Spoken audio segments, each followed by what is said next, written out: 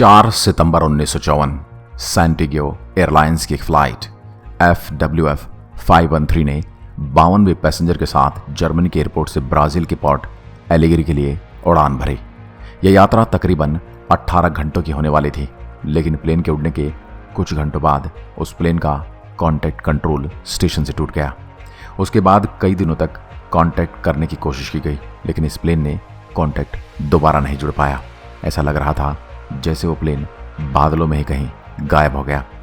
फिर कई सालों तक इस प्लेन को ढूंढने का प्रयास किया गया, लेकिन उस प्लेन का कोई अता पता नहीं चल पाया कि आखिर वह प्लेन गया कहाँ। लोगों को ऐसा लगने लगा था हमने उस प्लेन और उसमें बैठे 92 पैसेंजर्स को कहीं खो दिया। इस घटना के कुछ महीनों बाद सैंटियागो एयरलाइंस को हमेशा के लिए बंद कर दिया गया, लेकिन फिर भी कई सालों तक इस प्लेन को खोजने की कोशिश जारी रही। पर न तो इतने सालों में प्लेन का पता लग पाया और न ही उसमें बैठे 92 यात्रियों का। उसके बाद दिन धीरे धीरे सालों में बदल गए, लेकिन प्लेन को खोज पाना असंभव सा लगने लगा।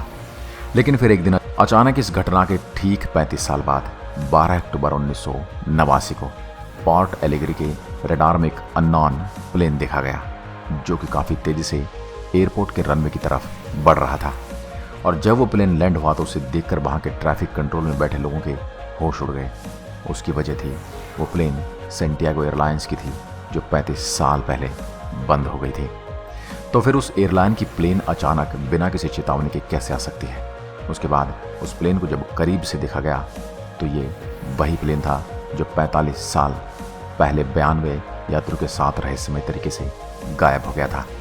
और यह सब देखकर वहाँ मौजूद लोगों को कुछ भी समझ नहीं आ रहा था कि आखिर यह सब हो क्या रहा है। यह तो कुछ अजीब ही था।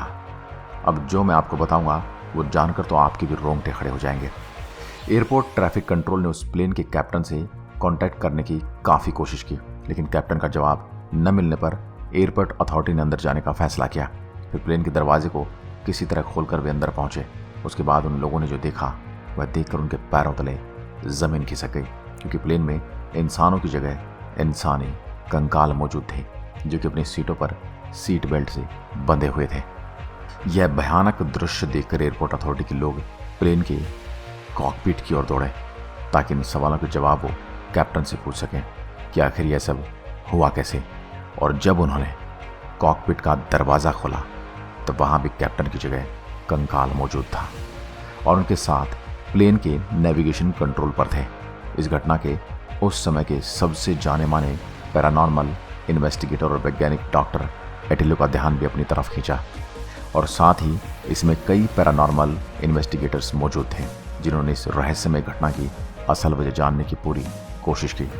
लेकिन इन सभी इन्वेस्टिगेटर्स ने इन घटना के बारे में एक ही थ्योरी दी। उन्होंने बताया कि शायद फ्लाइट 513 किसी तरह के टाइम बबल में एंटर कर गई और सन 1989 में आ पहुंची।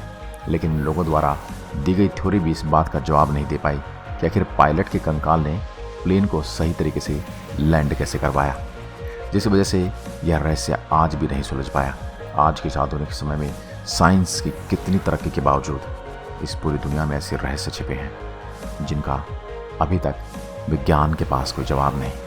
इस वीडियो को लेकर आपके मन में क्या विचार आए, इसे जानकर आप क्या कहते हैं, हमें कमेंट में लिखकर ज़रूर बताएं।